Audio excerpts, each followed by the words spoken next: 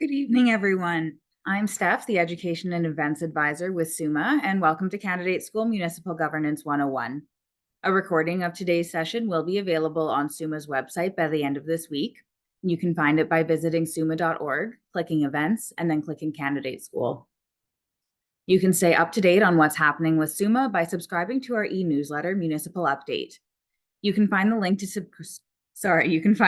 subscribe on the bottom of our homepage, and you can also sign up in the poll that we'll be sharing at the end of today's session.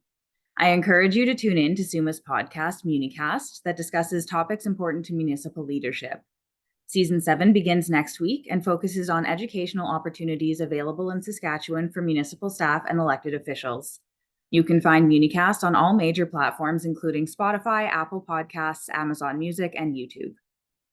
Today, during Municipal Governance 101, presenters from Government Relations and Brownlee LLP will discuss how democracy works, the roles and responsibilities of council, how to navigate conflicts of interest, and challenges unique to municipalities. Following the presentation, we will have time for some questions, but we will end right at 8:00 p.m. And any questions that remain unanswered will be brought to the hall sessions that we are hosting next week.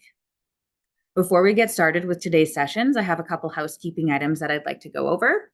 If you're having any difficulties with audio settings, please click the audio settings button in the bottom left corner. From here, you can change which speakers your audio is being played through or switch to phone audio.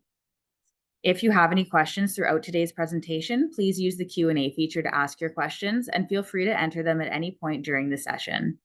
You will find the Q&A option on the bottom bar of your Zoom screen, and in the Q&A pod, you can see the other questions that have been submitted and click the thumbs up icon to vote them to the top of the list. You'll also be able to submit your questions anonymously here. We do try to keep an eye on the chat, but questions submitted there may be missed. Some questions will be answered at the end of the session, but we will end at 8:00. As I mentioned before, any questions that remain unanswered will be brought to the hall sessions next week. If you haven't already, you can let us know in the chat where you're joining us from, and please feel free to share any comments that you have throughout today's presentation. It's now my pleasure to introduce today's presenters, Toby Duck, Municipal Advisor with Advisory Services and Municipal Relations, Ministry of Government Relations with the Government of Saskatchewan, and Whitney Mosley, lawyer with Brownlee LLP. I'd like to thank Brownlee for sponsoring SUMA's Candidate School. Thanks to Brownlee, all Candidate School sessions are being offered free of charge. I'd now like to invite Whitney to bring greetings on behalf of Brownlee. Great. Thank you, Stephanie. So my name is Whitney Mosley. I'm a municipal lawyer with Brownlee and Calgary. It's a pleasure to sponsor this session today. I've lived in a few places in Saskatchewan and worked at the city of Moose Jaw, so it's neat seeing people check in from the various municipalities. Serving on council is a very unique opportunity to serve your community and contribute to positive places to live. It's a tough job, and for those of you elected and new to the position, there's a steep learning curve. So we're excited to provide a bit of a preview and some insight into the role. So welcome to Candidate School. Hey, thank you very much, Whitney, and thank you again to Brownlee for sponsoring this session. I'd now like to invite Toby to get us started.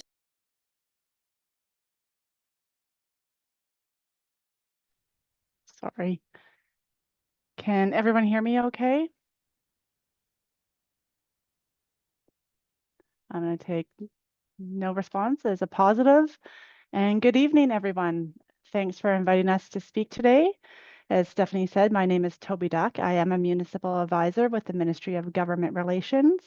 I've been in this role for about 5 years now, just over 5 years. And in my former life, I was an administrator for a town for just over 11 years.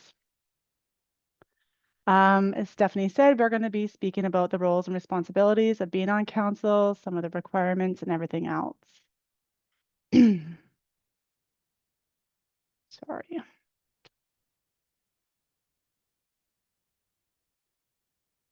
Okay, so if you didn't know, to start off, the term of office is for 4 years, unless you're filling a vacancy through a by-election. And it starts at the first meeting of council, which is going to be either called by the administrator for villages or towns. And if it's a city, it's not called by the manager. It's actually going to be set out in the bylaws and resolutions. So your term starts at the first meeting of council, and it is going to finish just before the last meeting, or before the first meeting of council in 4 years. The call for nominations should be going out soon if they haven't been done already. The deadline to advertise the call for nominations is September 24th. And what that means is once the call has been advertised, you can now submit your nomination papers. Your nomination papers will include Form I, the nomination form itself, as well as a public disclosure statement. And if your municipality requires it, a criminal record check. Now, if your municipality requires a criminal record check, there should be a bylaw in place. And if there's no bylaw, there's no requirement. Now, these aren't your typical criminal record checks. They are a prescribed form. They're going to form the regulations either in the Municipalities Act or in the Cities Act in the regulations. So be sure to get one of those prescribed forms and go to your local detachment to have it done. An online criminal record check should not be accepted by your municipality. And yeah, so make sure you talk to your administrator first about that. The deadline to submit your nomination papers is Wednesday, October 9th at 4 p.m. And the 4 p.m. is a hard set time. Anything submitted after 4 p.m. will not be accepted. And legislation requires, So yeah, those are just the little things to remember. They are coming up soon if they haven't been called already.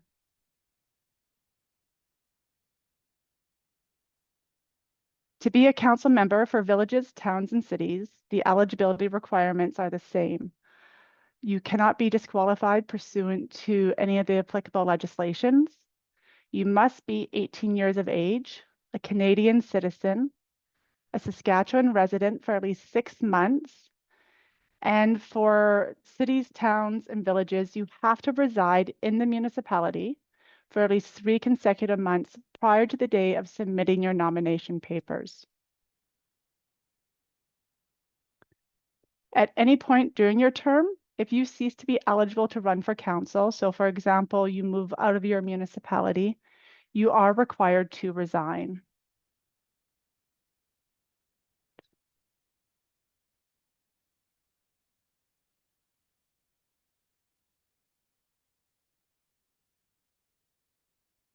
All right, moving into the fun stuff now.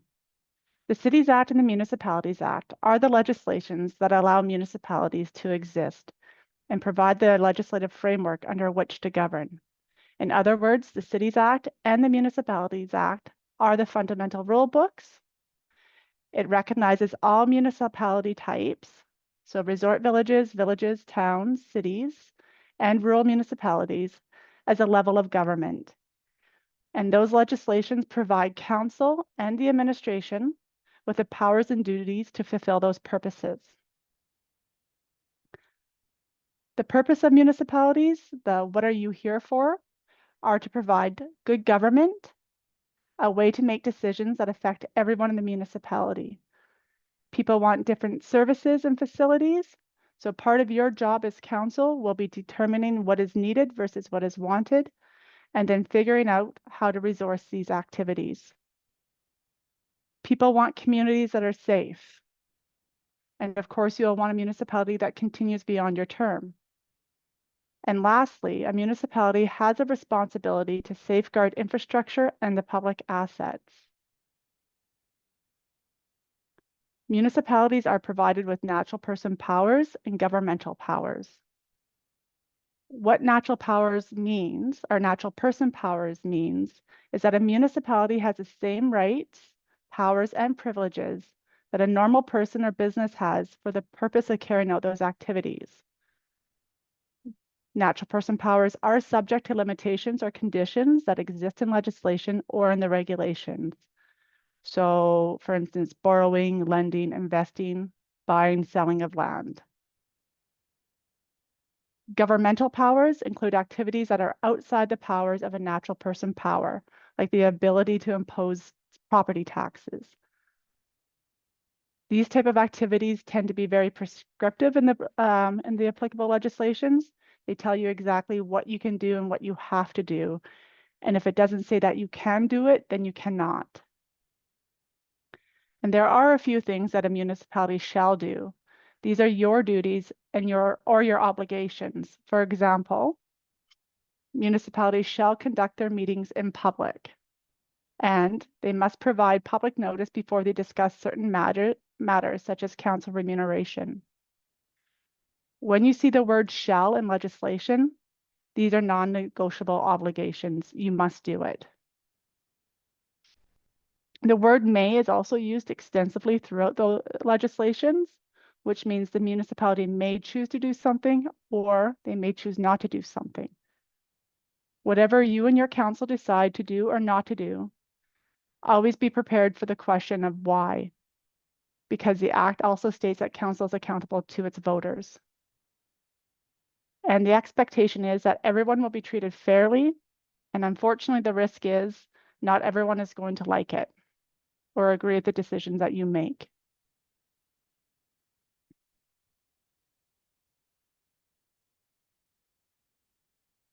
The general public often don't recognize the wide variety of services delivered by municipalities.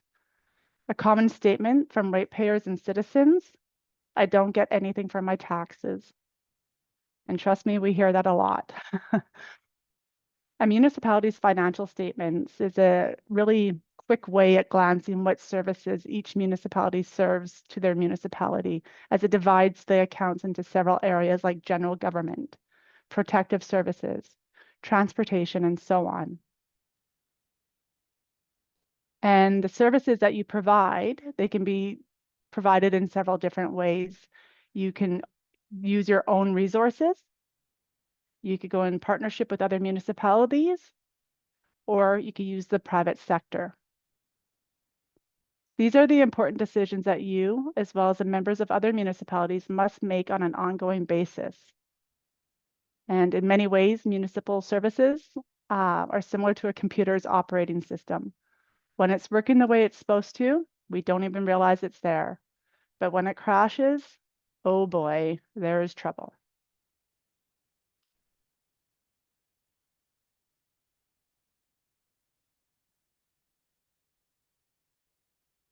Understanding how your municipality functions is critical to ensuring all components work in harmony to achieve these goals. When we are speaking with municipalities that are experiencing discord, the cause is often due to a weakness in the organizational structure, or the structure itself has not been established. So I just want to show you some of the examples that we have of organizational structures. And the first one is going to pertain to villages and towns, because it is a little bit different with cities. And this is just one example of an organizational structure that we speak to. You see at the very top, the voters. The voters are the ones who vote you, the council, in. Council is responsible to the voters. And from council, they could establish different committees and different boards. Council is responsible, and they cannot delegate this authority to anyone else, to hire the administrator. And then in the Municipalities Act, it states that the administrator is responsible for the hiring, firing, and discipline or suspension of all the other employees, unless otherwise provided for by council. So in this example here, we have below the administrator, the foreman, and other staff. The other example is going to be for cities. It's very similar to this one, except for in cities, the council is responsible for appointing the city manager as well as the city clerk. The city manager is at the top though, and then the city clerk and all the other departments below report to the manager, and manager reports to council. We quite often speak to the organizational structure, like I referred to earlier, when we are talking to council members, administrators, and the public on when your municipality is having issues. is usually that the council or a council member or the administrator, they're not staying in their lane. So to establish the organizational structure of your municipality is really effective in helping everyone understand their roles.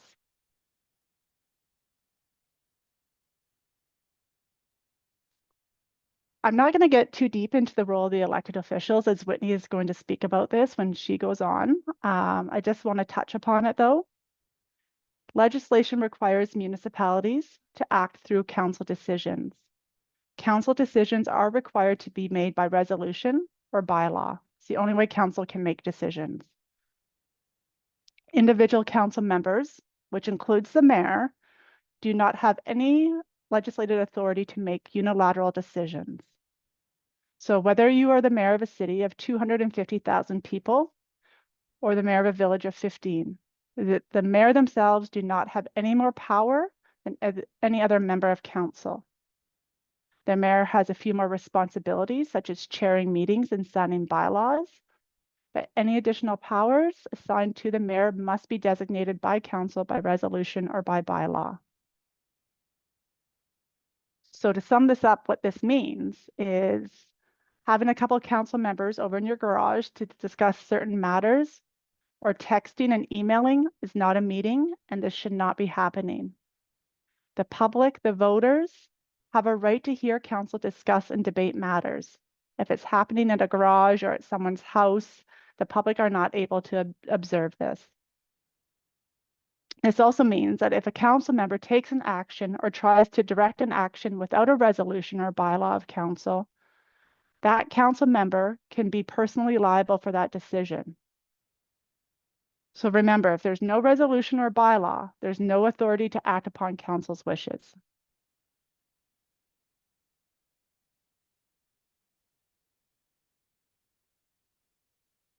If you are the successful candidate in the election, you are required to complete the oath of office before the first meeting of council following a general election. There's a lot of municipalities that like to have like a ceremony where all the council members submit their oath of office at the same time, and that's fine. It's not required. But before you take any action, you have to have your oath of office submitted. And the oath addresses that as an elected member, you are qualified to hold office. You have not, nor will you not receive payment or reward for any corrupt practice. You have read and understand the code of ethics, rules of conduct, and procedures applicable to your municipality. You promise to perform the duties of office. You will disclose any conflict of interest within the context of the Municipalities Act. And Whitney's going to get into that a little bit more. And you will also comply with the code of ethics, the rules of conduct and procedures as per the appropriate legislations and by the council.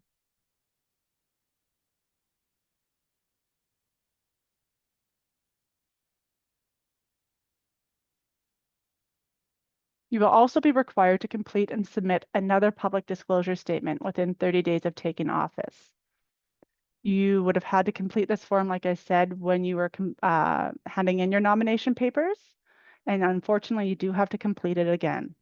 Not completing this form after you've been elected is a reason to be disqualified from council.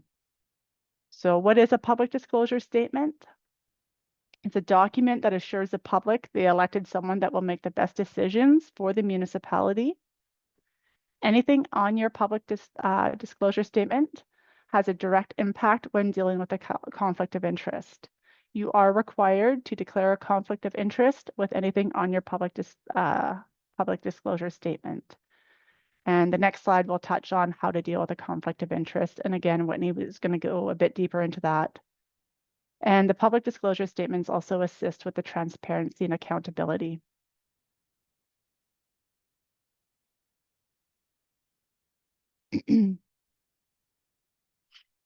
So when you feel that you have a conflict of interest, and having a conflict of interest is okay.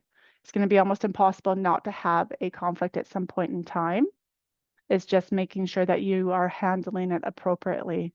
So if you believe that you have a conflict of interest, the first thing you want to do is declare that you have a conflict, give a high reason why, or a high level reason why.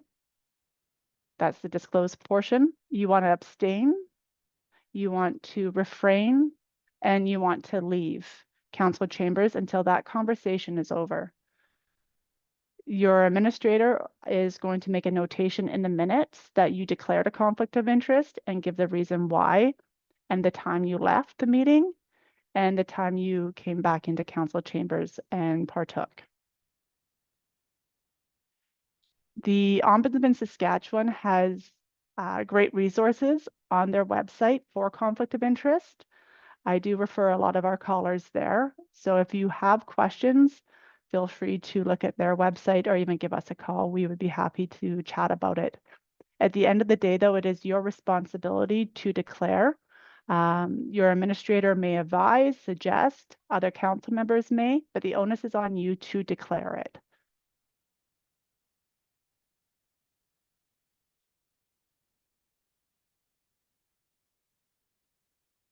The Code of Ethics bylaw, every municipality is required to have one, defines how council members will behave with each other, the employees, and the public, using the model code of ethics under the municipality's regulations and under the city's regulations. And it addresses honesty.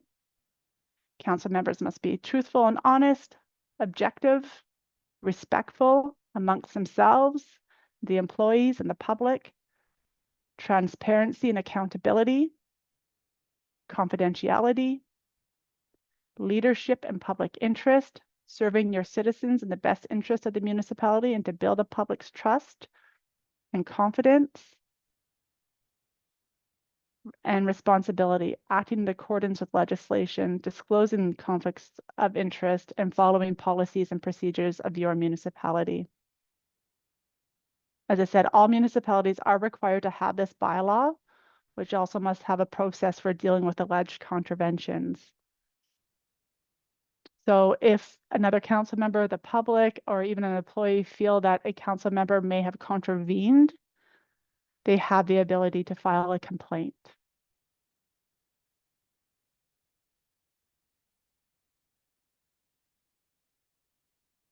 So to tie this all together, public disclosure statements are a mechanism for the public to hold their elected council members accountable, ensuring that council members are making best decisions in the best interest of their municipality versus their own interests. You have a conflict of interest with everything that is listed on your public disclosure statement.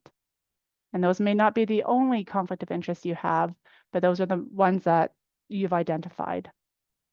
The Code of Ethics bylaw requires you to declare all conflict of interest. And this may include conflicts that are not on your public disclosure statement. And when you decide to run for council, you have accepted the responsibility to act in the municipality's best interests and without your private or perceived interests affecting your decision making. There will likely be a time sooner or later during your term of office when there is a matter before council in which you have a conflict. And like I said earlier, it's okay, just handle it the proper way.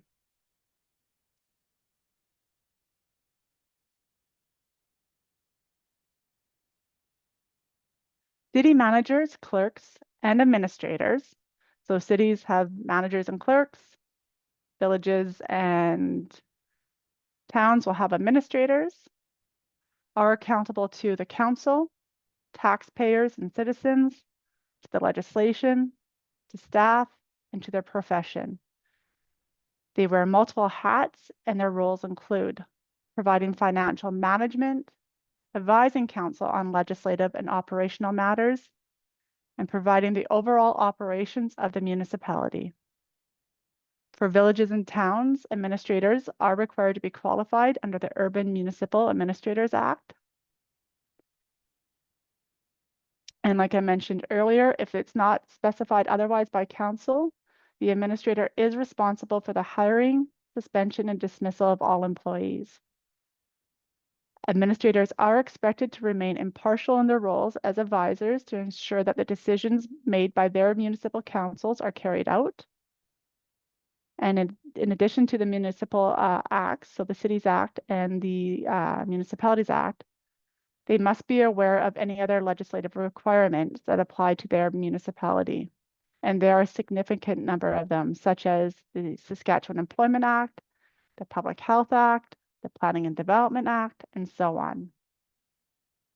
If you remember earlier on from this presentation, the council is a decision maker and the administrator is responsible for carrying out the decisions of the public.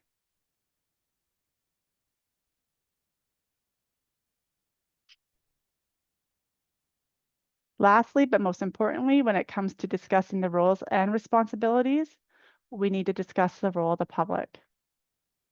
The acts provide that the public owns its own power, The public have their own power to hold their elected officials accountable. They have the right to attend and observe council meetings.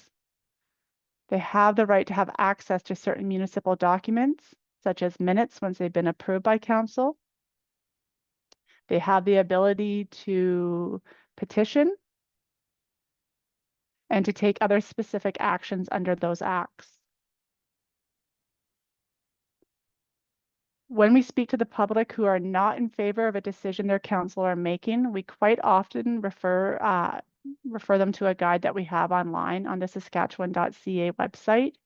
It's called A Citizen's Guide to Shaping Council Decisions. And here it goes more in depth about different ways to hold your council accountable.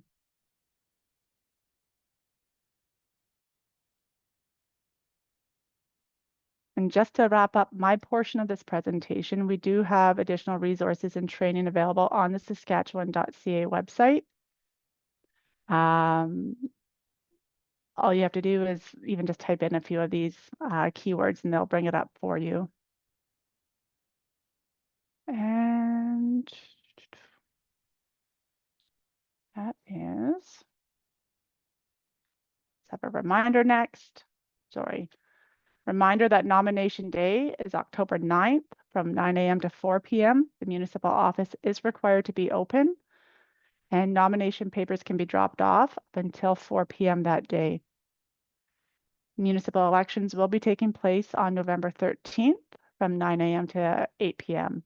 And there will be advance polls. All municipalities are required to have advance polls. That is up to the returning officer to determine.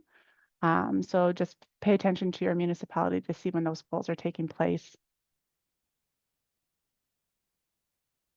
And at the end of this presentation, or when Whitney's finished, we'll have follow-up questions. And that's all I got. Thanks, folks.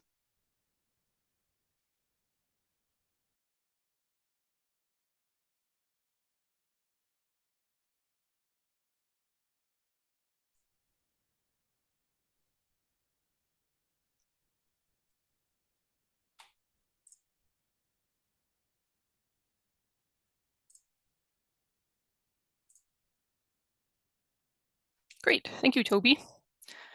So that was a good overview of sort of the roles of municipalities and councillors as part of a municipality.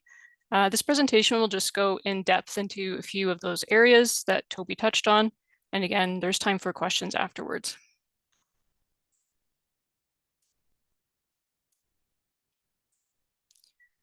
So this is just a brief introduction to who we are. So Brownlee is the largest municipal legal team in Western Canada. We have lawyers dedicated to specific areas of municipal law to provide experienced advice in various areas that impact municipalities. And we partner with SUMA to provide the municipal helpline for informal consultation services to address issues that crop up for municipalities.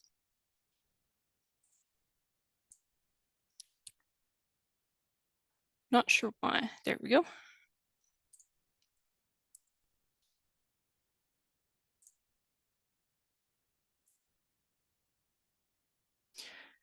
So for those of you who become councillors, you will very quickly learn that municipalities are busy and complicated entities with many responsibilities and roles in the community. Consistent with Toby's presentation, my goal is to provide basic guidance in terms of the role of a councillor and how to operate in the municipal sphere. So we'll touch on the role of a councillor, legislation, financial implications of decisions, administration as opposed to council, avoiding conflicts of interest, teamwork, and processes and procedures of council.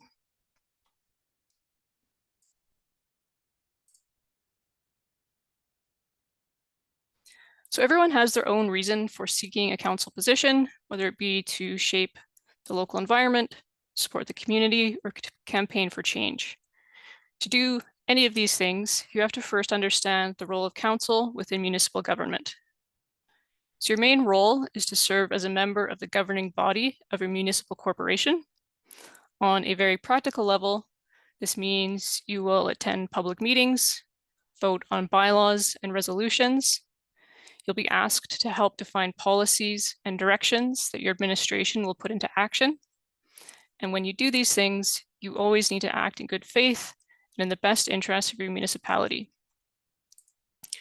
And not everyone knows this when they are new to municipal government, but being a councillor involves a lot of reading. Before council meetings, you'll receive agenda packages that have reports on issues where administration is seeking guidance from council. And sometimes these can be very thick. It's important to do the reading.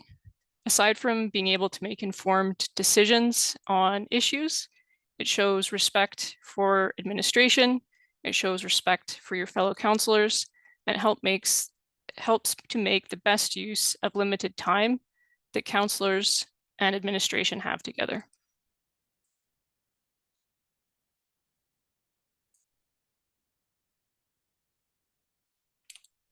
So the Cities Act and the Municipalities Act prescribes specific duties to councillors. So they're listed here, again, to represent the public and to consider the well-being and interests of the municipality, to participate in developing and evaluating policies, services, and programs, to participate in council meetings and council committee meetings, to ensure that administrative practices and procedures are in place to implement council decisions, to keep matters in confidence, to maintain the financial integrity of the municipality, and to perform any other duty or function imposed on councillors by acts. And councillors do all of this by reviewing agenda packages, attending council meetings, and voting on resolutions and bylaws to keep your administration accountable and to continue the work of the municipality.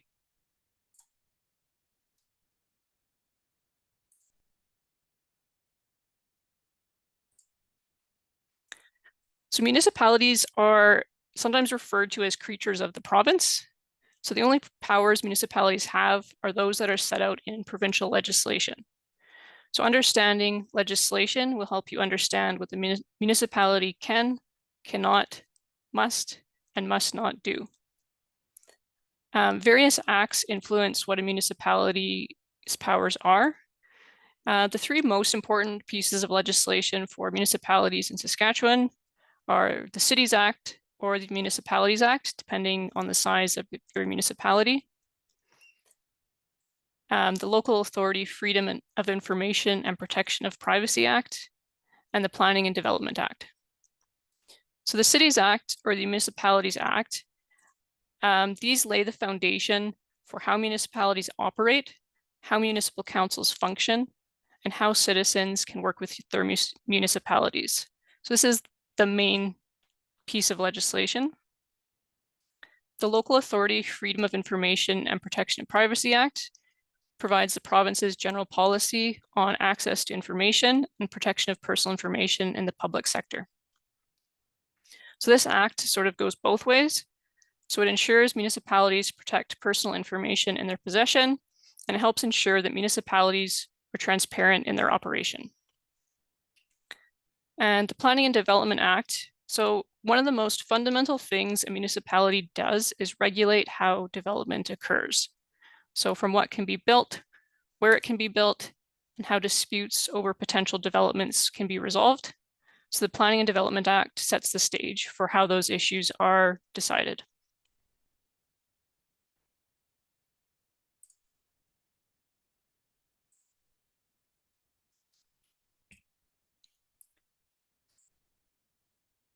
So almost everything a municipality is engaged with will have a cost associated with it. Councillors spend a lot of time assessing financial implications of policy decisions. I was on SUMA's website today and saw a statistic that urban governments spend more than $1.2 billion every year. That's a lot of money. and municipal councils have oversight on that. So councils must make decisions on how resources will be managed and how to generate revenue to ensure viable and sustainable communities. So it's about the balance of the desire for municipal services with the amount of property taxes and user fees that local residents are willing to pay for those services. So it's the balance of, yes, I want the new pool with the water slide, as opposed to, no, I don't want my property taxes to go up 30% to pay for the water slide. And something important to keep in mind is that it's not just about dollar figures, it's about administrative time and trade-offs. So administrative staff is largely allocated to existing municipal policies and programs. So if council wants to implement a new program, but doesn't want to commit funds to that, administration may be capable of delivering that program, but something else may need to give. So it's all about understanding financial and resource implications of decisions.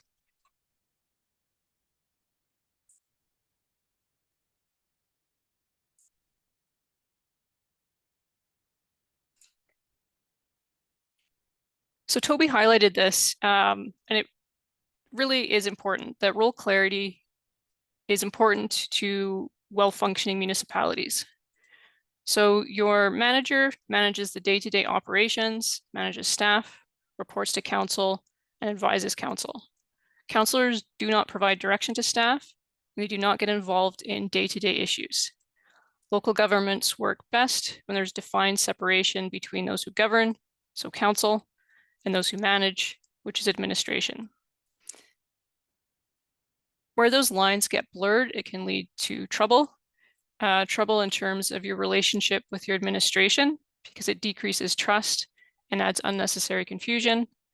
And it can lead to legal trouble and liability if councillors start getting involved with administrative matters. And this is sometimes difficult for councillors to sort of understand, just because councillors are frequently people who are very involved in their communities. That's why they're running for council. They're used to doing the work, they're used to getting things done. But as councillors, the day-to-day work of the city is not your job. A councillor's job is to provide high-level guidance and approval by attending public meetings, voting on bylaws and resolutions, and reviewing how a municipality is doing.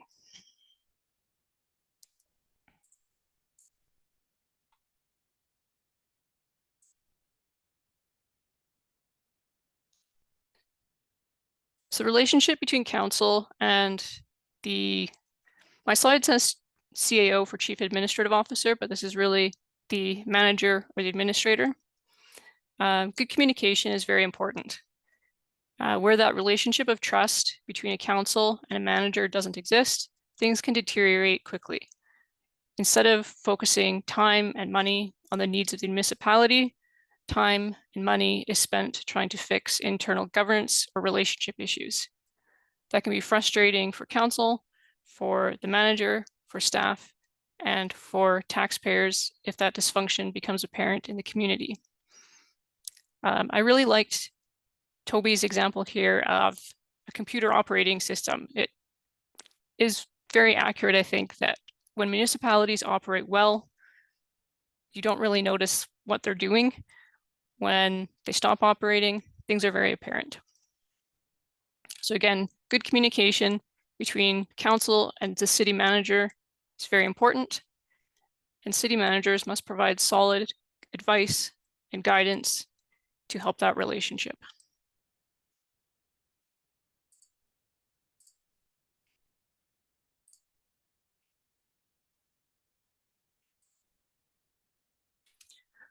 So as Toby talked about, there's rules under the Municipalities Act and the Cities Act that are designed to protect public interest while ensuring that a councillor's ability to work is not adversely affected by their election to council.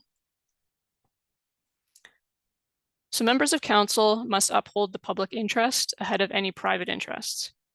And this is very important. Citizen trust in all levels of government, including municipal government, is very important to well-functioning societies and communities. Municipalities should be seen as being impartial and effective in fulfilling their duties. Conflicts of interest, as defined under the Act, include financial interests. As Toby said, they must be disclosed. And if you have a conflict of interest, you will not be able to participate, discuss, debate, or vote on any matters where you have a conflict.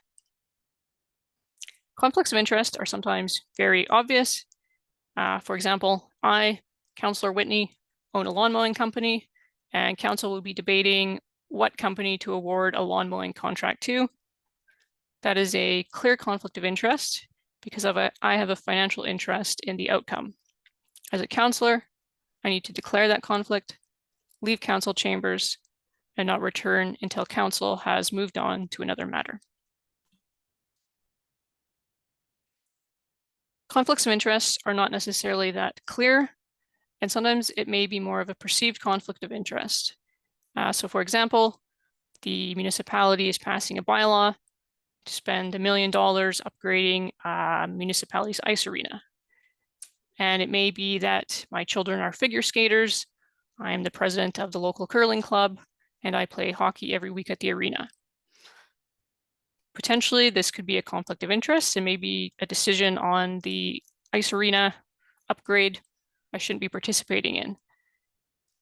It's always, sometimes it's not clear whether a conflict is there, but it's always something to think about, just because perceived conflicts of interest can be just as damaging to citizen trust in a municipality as an actual conflict of interest.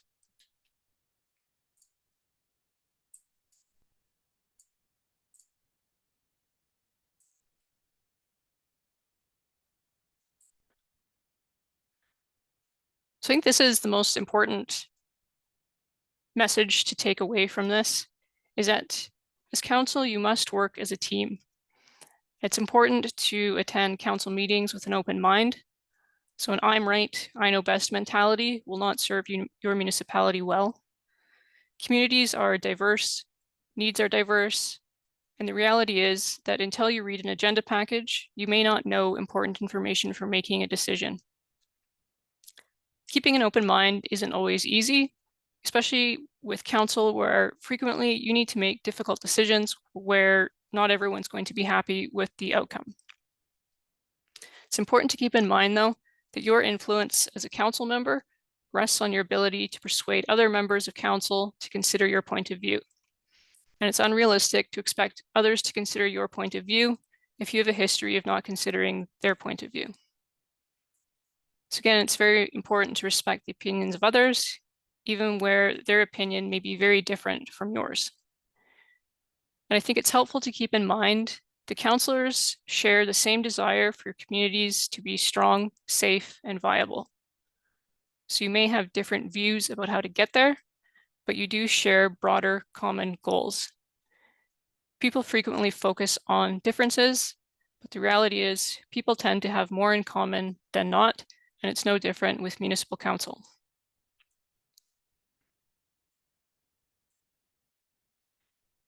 It's also important that after council makes a decision that's maybe not what you voted for, it's important to support the decision and support administration as it moves forward.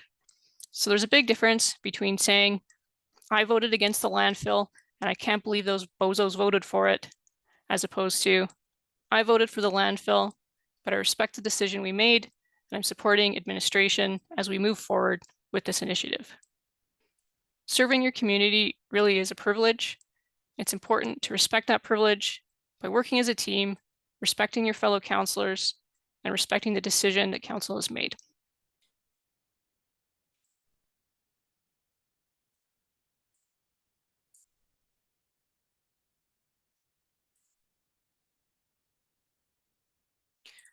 This is just a quote that I like. So a good debate isn't about one person declaring victory. It's about both people making a discovery. Good faith debate is not an attack. It's an opportunity to sharpen your ideas. Debating issues really is a unique opportunity to learn, to challenge how you think, and to reach the best path forward for moving forward with a decision. Easily the best work products I've seen, whether in law or otherwise, are products that resulted from good faith disagreement, and debate. It's not uncommon to have disagreements on specific issues. Again, it's about the respectful exchange of ideas and opinions.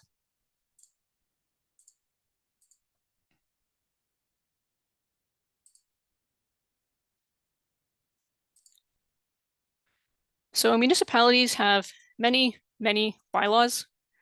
You will gradually get to know most or maybe even all of them as you serve your term. However, there are two main bylaws you should absolutely familiarize yourself with before your first council meeting. That is the procedure bylaw and the code of ethics and code of conduct bylaw. So procedure bylaw defines and clarifies council meeting procedures. So councils frequently have many items on an agenda. The only way to get through those items is to be organized and have a defined process for moving through the agenda, debating issues, and making decisions. The procedure bylaw outlines how that happens.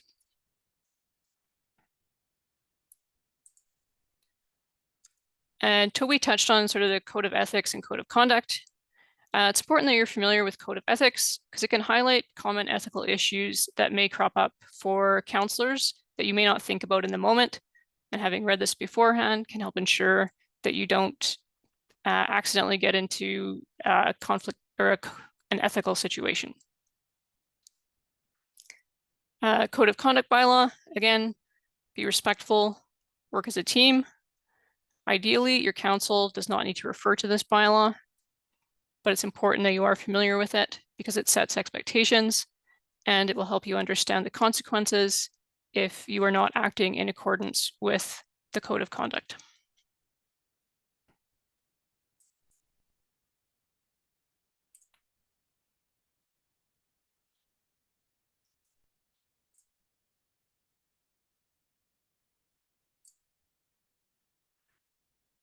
So I'll be frank, before I started working for municipalities, I had no appreciation of all of the services provided, the importance of those services, or what it takes to deliver those services. So there's a huge variety of things that municipalities do. You may start out thinking that you don't know what you're doing and you're being asked to decide things you've never thought about before. Maybe your reason for joining council is because you're passionate about recreation, want to improve your municipality's recreation facilities, and suddenly you're being confronted with the question whether the municipality should settle a lawsuit because the municipal snowplow ran into someone's car. But everyone is in the same boat when they start.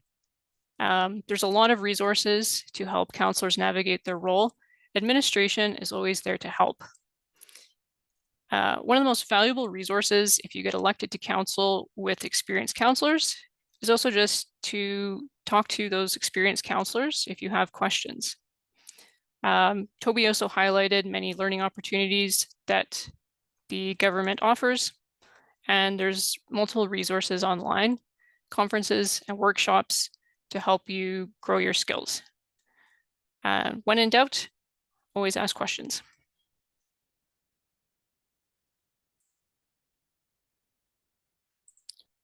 So thank you. That's the end of my presentation. I believe we can go into questions now. Great. Thank you so much, Whitney and Toby. I really appreciate you being here to share your expertise with us and with the audience. So we do have a few questions in here. I'll start with some that came in with the registration form. So the first one that I have is, who decides on transparency? Is it the CAO or the council? And how are things communicated to the community so that citizens know what and why things are done the way that they are? I could probably jump in here, Whitney, if you want. Okay. So the legislations, for the most part, are going to set that bar, the minimum requirements for transparency. For example, the Municipalities Act speaks to public notice. What is required for public notice is a minimum of 7 days. There's certain matters that do require public notice, such as council remuneration, or if council is looking at passing, amending, repealing, or replacing a specific bylaw that required public notice to begin with, such as your council procedures bylaw, the public must be given at least 7 days. It also speaks to certain documents being accessible. So I touched on this earlier. Minutes, once they've been adopted by council, are accessible. Attending council meetings. Every public person, not just voters, have a right to attend council meetings. Council does have the ability to go on camera to discuss specific issues, but any decision of council must be made at an open meeting. So again, the legislation set the minimum requirement, but council can go over and above, such as deciding to advertise or put on their website or social media their agendas, stuff like that. Thank you very much, Toby. The next question that I have here is, what is the difference in roles, or in the roles between the mayor versus council? And again, I did touch on this. The mayor has no more authority than any other council member. They do have a few more responsibilities, such as chairing meetings and signing bylaws, but any other duty that the mayor may have, there would be a resolution or a bylaw of council giving the mayor that responsibility. So if there's no bylaw, if there's no resolution delegating that authority or those responsibilities to the mayor has the same as every other council member. Thank you. So what advice would you have for a candidate who may also want to do paid work for the municipality in which they're planning on running?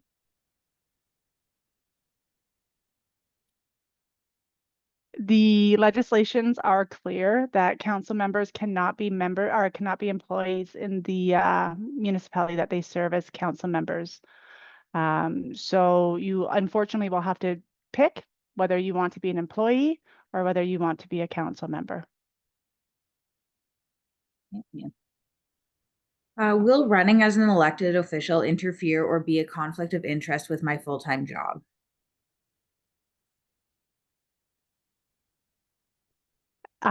It may, depending on when your council meetings are and conventions, everything like that, there may be a bit of interference there.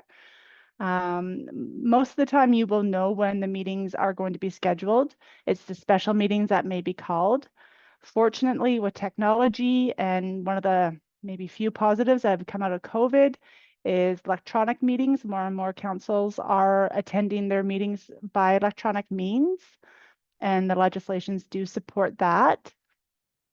And if your job does have a conflict of interest with being on council, that is fine. Like I said earlier, it's okay to have conflicts of interest. It's just making sure that you are handling them accordingly. So making sure that you're properly declaring. Whitney gave some great examples with that, and removing yourself from those conversations and not voting.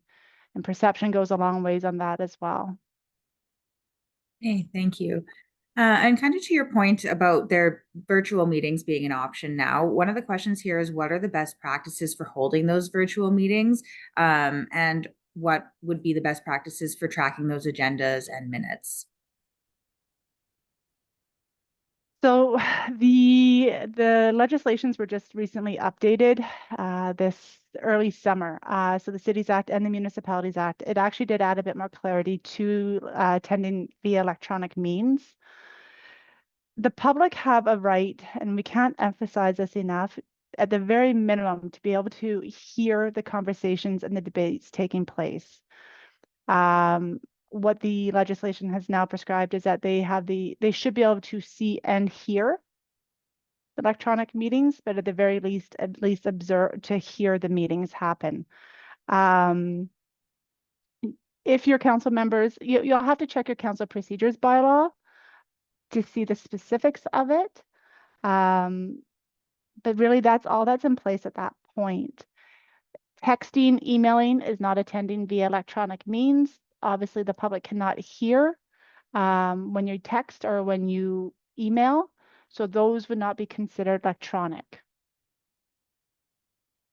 Okay, thank you for that clarification. So something that you mentioned early in your presentation was that municipalities can write and have a written bylaw that a criminal record check is required. The question here is, could they also include in that bylaw that a vulnerable sector check would be required? No, not for council members. There's no authority. That is that one piece, or not one piece, but we did talk about the legislations for the most part being a permissive, where there's that natural person powers, and then there's the prescriptive parts of it. The criminal record check itself is a prescribed form and does not include the vulnerable sector. Okay, thank you. So now we're moving to some questions that have come in throughout today's presentation. The first one that we have here is, can a social media presence be created prior to the nomination period?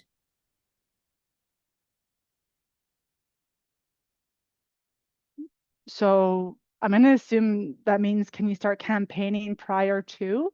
I believe so, yes. There's nothing that prevents that.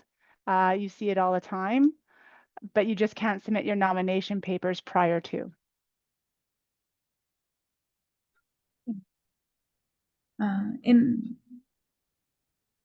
If a CAO can hire, suspend, or fire, can the council develop rules around this so that the CAO does not abuse their privilege?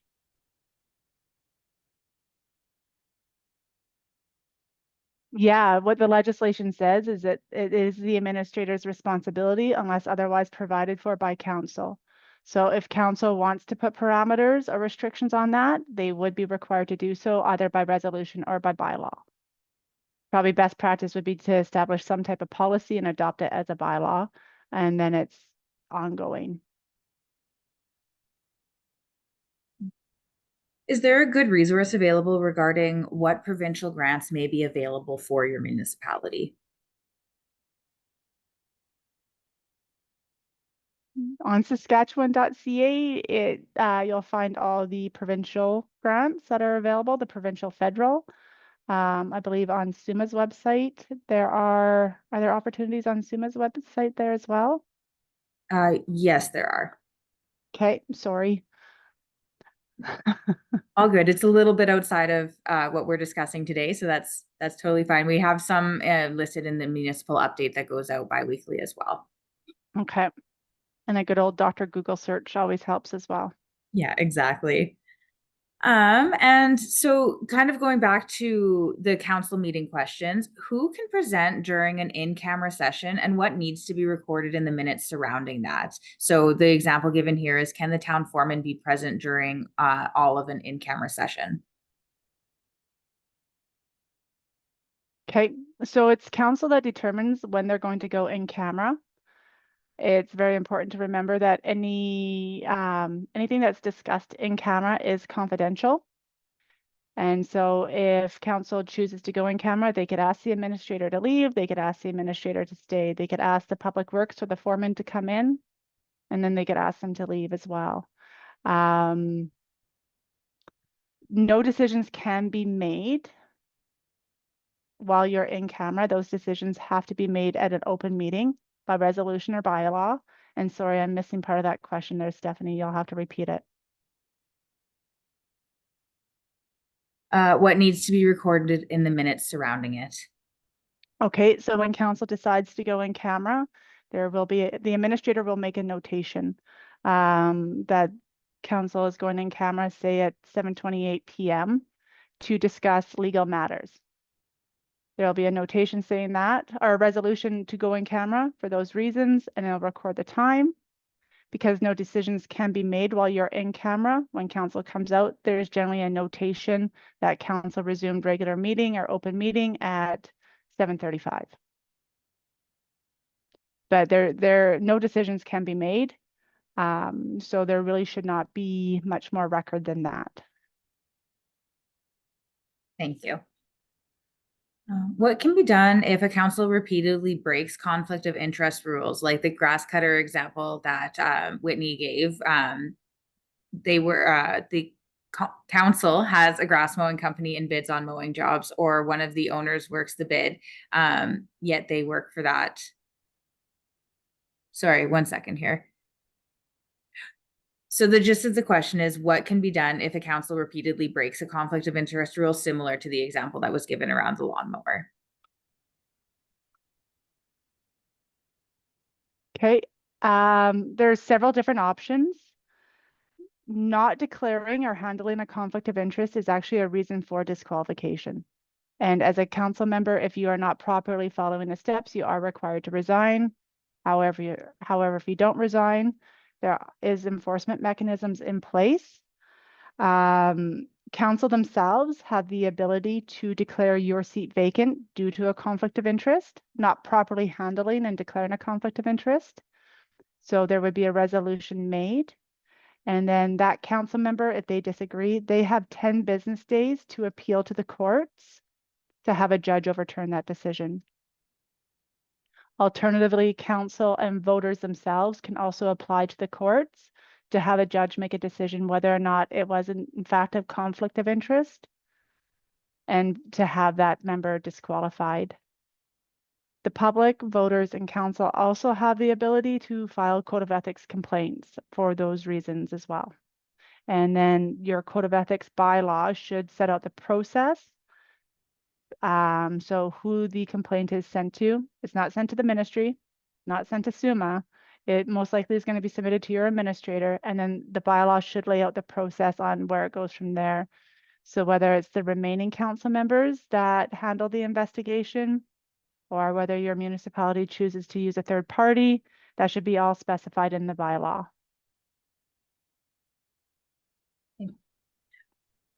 Is there anything that can be done if council makes decisions that do not align with previous motions that were made?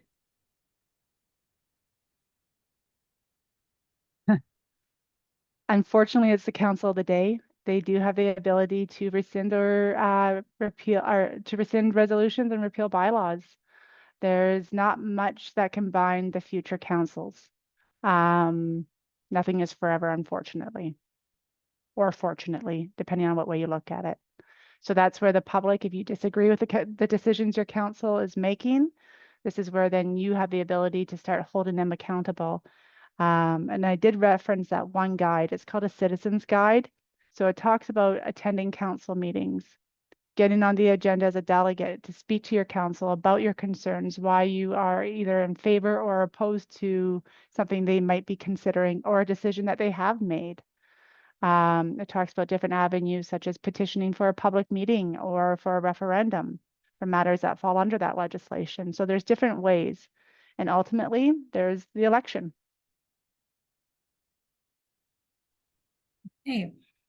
If counselors are texting each other during a meeting, is that a violation of meeting protocol since their texts are not part of the public domain during a public meeting? That's a tough one.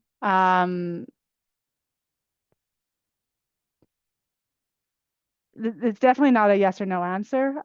If they are discussing or if the texts involve council, like what should be conversation, I would say that is probably not in the best interests. And one thing that council members should be cognizant of is if they are using their personal devices for municipal business, so emailing on their personal accounts for work or for the municipality or texting on their phones to other council members that pertains to the municipality. They, if someone does an access to information request, those could be, those documents could be accessed. So it's best practice, just verbal conversations so the public can hear. I don't know if you have anything else to add on that one, Whitney. Oh, I think you covered that one well. Okay. You might also want to check your council procedures bylaw or the council procedures bylaw. It might set that, you know what, council members are not to be on their phones during council meetings. That would be the place to actually probably restrict that is in the council procedures bylaw. Is there a cost to filing nomination papers? They're only for populations over 20,000 for cities. Give me one moment and I'm going to look this up. Sorry.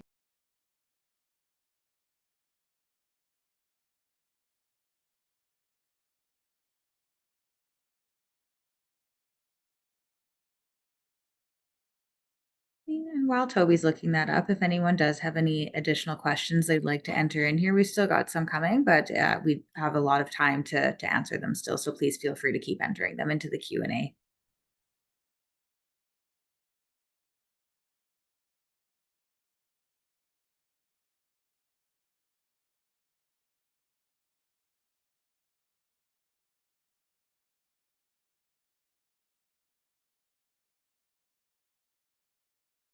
Sorry.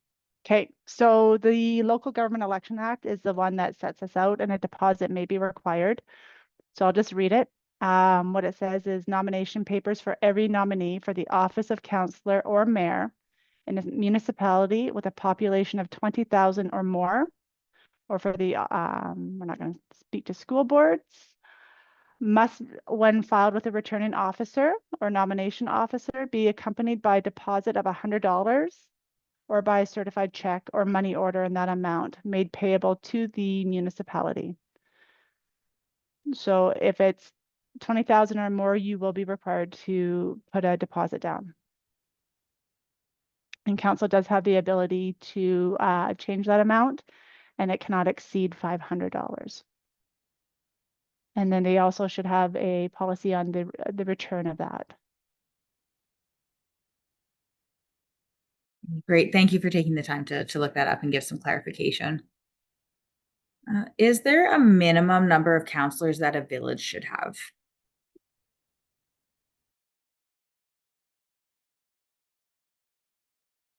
Three.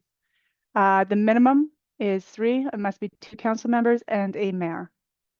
You cannot have any less than that. Okay. And can a mayor work or sit on boards in other municipalities? Absolutely. All legislation says is that you cannot be a council member and an employee in the municipality that you sit as a council member, but there's nothing prohibiting you from being a council member in any other municipality or to work in another municipality and be a council member in the other. Just remember on your public disclosure statements, you will specify where you are employed or receive any type of remuneration from. So if and when that topic comes up, so if your neighboring municipality, you're looking at entering into some type of an agreement with them, you would be required to declare a conflict of interest on that.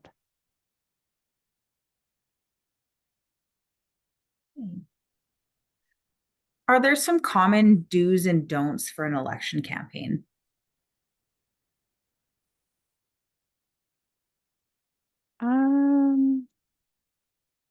Sorry. Be respectful. During the polls themselves, you cannot have any election campaigning within 100 meters of the polls. So be very cognizant of that. Everything, if you are having anyone campaigning on your behalf, you have to authorize what they are campaigning on or displaying. Other than that, if you are going to put signs, make sure you have permission, whether you put them on private property or on public property.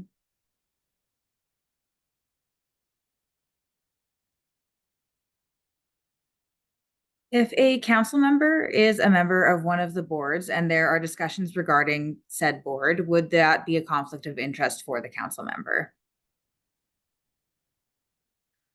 It's kind of a two-part question. So depending on if council appointed that council member on that board and what the expectations are. So there are a lot of boards and committees where council members are appointed by council to be part of and to make decisions on their behalf or vote on their behalf. Those would not be conflict of interest. If it was a voluntary, so the example that Whitney had gave that maybe you sit on the rink board and the rink is not owned by the municipality. Again, you would have that you are part of the rink board on your public disclosure statement.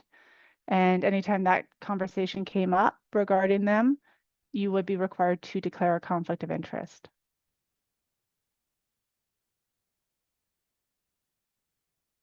Yeah. So you have already spoken to this a bit, but I think this person's just looking for some clarification. Do you need a vulnerable sector check over a criminal record check if your municipality has written it into the bylaw, or is it just the standard criminal record check? It's the criminal record check that is in the regulations. There is no authority for that municipality to have a vulnerable for council members. So even if that's if they wrote that into that bylaw, there's no enforcement. They don't have the authority to require that. Thank you.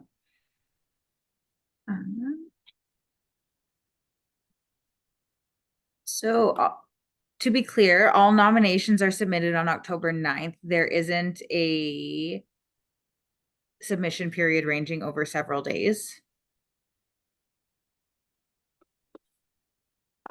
Great question. I'm glad you asked that, because if it wasn't clear, no, October 9th is just the final day that nominations can be submitted at 4 p.m.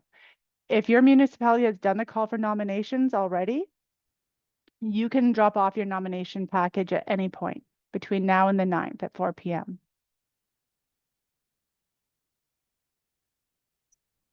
Where can people access the public disclosure document? From the municipality itself. Most municipalities are going to be using or are using our sample, but they have adopted it to be part of their municipalities. So you would be required to reach out to your office, to your municipal office, to ask for the nomination papers. And that should include the form, the nomination form, the public disclosure statement. And again, if they have passed a bylaw for a criminal record check, it should have the document that you need to take into your local detachment. And just to touch on that, and I did fail to say this, and I apologize, every local detachment is going to be different on how fast they can get that criminal record check done. So for instance, where I live, my local detachment is out in Emerald Park, White City. When I went out there for a criminal record check, they provided it to me that day. Where my colleague, she had a different local detachment, and it took 2 weeks for her to get hers back.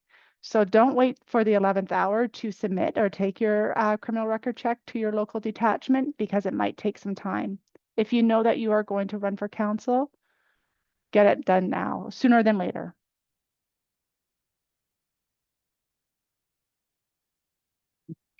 Can individuals running for council request a town hall meeting prior to the election so that the public or citizens can ask questions? They can ask, you might not get. Council is not required to do that. So if that's something that, one of you want to do, you could absolutely probably rent out the hall and host it yourself, talk to the other nominees or candidates to see if they would be interested. You can ask council if they would be willing to do that, but there's nothing legislatively requiring them to do that. Are there any good resources on how to construct a council election campaign platform and or campaign steps to help you get elected? I'll say from Suma's perspective, I have not heard of anything like that, but I'm not sure if there's something that the government may have to support people in that way. Not that I'm aware of. Can a mayor or council member sit on a volunteer board that is national in scope, like a charity? There's nothing in our legislations that prohibit that. There might be something in that charities policies. So always check the other side. And then again, just make sure that you have it on your public disclosure statement. If and when that topic ever comes up, just be sure to declare and follow the steps for conflict of interest. Is there a predetermined amount of councillors for each type of municipality? So like needs to be the 3 for the villages. Does the same apply to towns and cities? And there's always a minimum, and it's up to the council of the day to determine the maximum. So depending on if you're an award system, anything like that, there is required bylaws. So if council wants to increase or decrease the number of councils, that is done by our council members, that is done by bylaw. and it must be done at least 6 months prior to a general election. It must be passed 6 months prior to a general election. So halfway through, let's say we're in 2026, and council has a vacancy and they want to decrease the number of council members. Unfortunately, that bylaw does not take place or effect until 2028. So it's council themselves that determine the numbers ultimately. Okay. If you live in an RM that's adjacent to a municipality, are you eligible to run for council in that municipality? And sorry, you live in the adjacent RM? Yeah, they live in the RM but would like to run for council in the urban. Okay, so to go back to one of my original slides, to be eligible to be on council for an urban municipality other than a resort village. So for villages, towns, and cities, you must reside in the city or in the town, village, or city. RMs are different. You do not need to reside in the RM to run for council in an RM, but for urbans you do, other than resort villages. Okay, thank you. If an individual is running for elective office, are their spouses allowed to be an election official where the polling station is held? There's nothing prohibiting it. Perception is huge, but there is nothing legislatively prohibiting it. We would encourage, not encourage, but that's a conversation or something the returning officer is responsible for appointing their elected officials. And so that's something they might want to keep in mind. Unfortunately, due to some of the sizes of the municipalities, they might be restricted on who they can use. But again, there's nothing saying that they can't reach out to another municipalities to see if there's any other people that would be willing to do that role. Okay. The last question that I have in here for the moment, if there are others, please feel free to continue to enter them into the Q&A or into the chat, is where do you get the nomination forms? So the nomination forms themselves are a prescribed form, so meaning that they are part of the legislation. There's different places you can go. You could go to saskatchewan.ca, type in, you'll get prompted up for the forms on there. You could look at the regulations, the Local Government Election Act, or not Act, the Local Government Election Regulations. You'll also find all the forms in there. But the most simplest would be go and talk to your office, your municipal office. They'll provide you with everything you need. Perfect, thank you. So I've just got another one here about the criminal record check. Is it required to be done within a certain time? So for example, the bylaw says that it must be done within 30 days to be current. So that is part of the legislation. It has been amended. The legislations have been amended, but they do not take place until next year. So they have to be done within 30 days, yes. Next election, it'll be 60 days. Okay. How does an administrator call the election?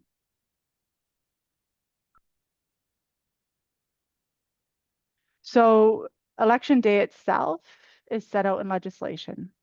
It is in the Local Government Election Act.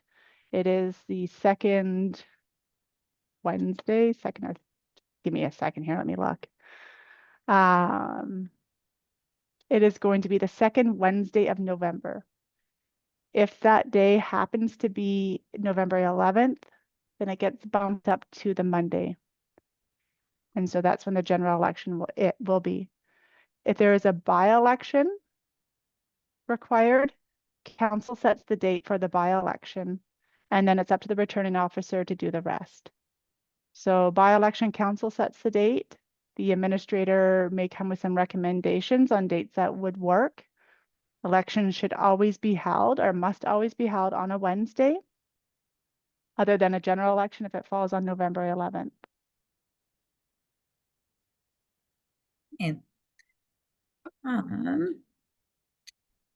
do we have to pay for the criminal record check if it's required by the municipality?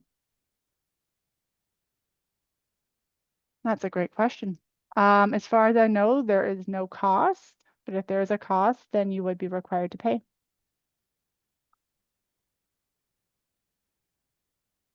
So I do just have a couple more here. They're a bit outside of the scope of what we're answering today. So the first one is a number of smaller towns have a history of counselors doing the work of staff. Is there a way that this can be curtailed? And I think that might be part of a larger discussion. And then the other one is that their candidate pool is very small. How hard do you think it would be to amalgamate to their nearest RM with their urban municipality? Which again, I think is a bit outside of our scope for today. But in case either of you have anything you'd like to comment on with that, I thought I'd bring them forward. Give us a call at Advisory Services. Our phone number is 306-787-2680. And we can have those conversations more in depth. They're long conversations. Perfect. Thank you, Toby. So if anyone does have any other questions that they'd like to enter in, feel free to do that now. I'm going to launch a poll on our screen here to help give us some feedback on how you felt today's session went. Please take a moment to fill this out as it does help us improve our offerings. I have had another question come in here, and it's other than the monthly town council meetings, how much workload is there to be able to serve the community well?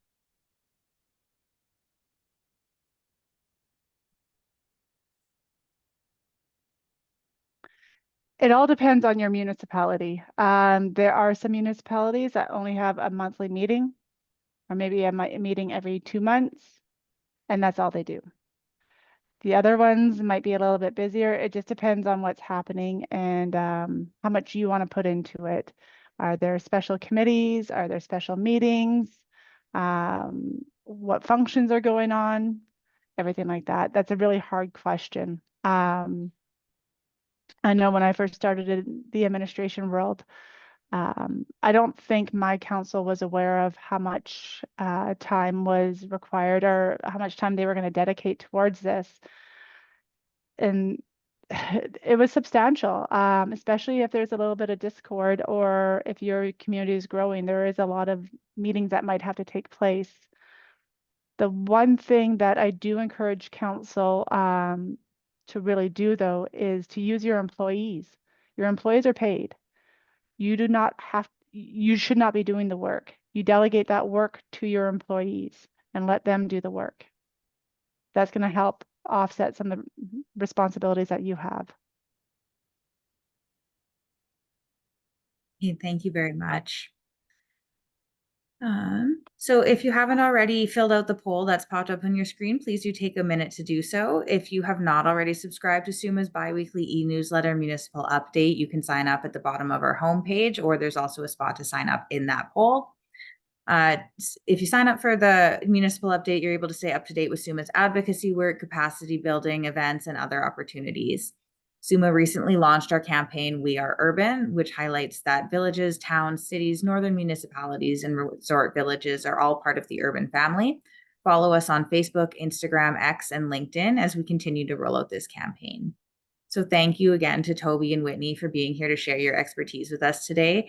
I hope the attendees and those watching have gained some valuable insights and takeaways from your presentation. I know I'm seeing some comments coming in the chat and the Q&A here saying that that it was very valuable and thanking you. So thank you.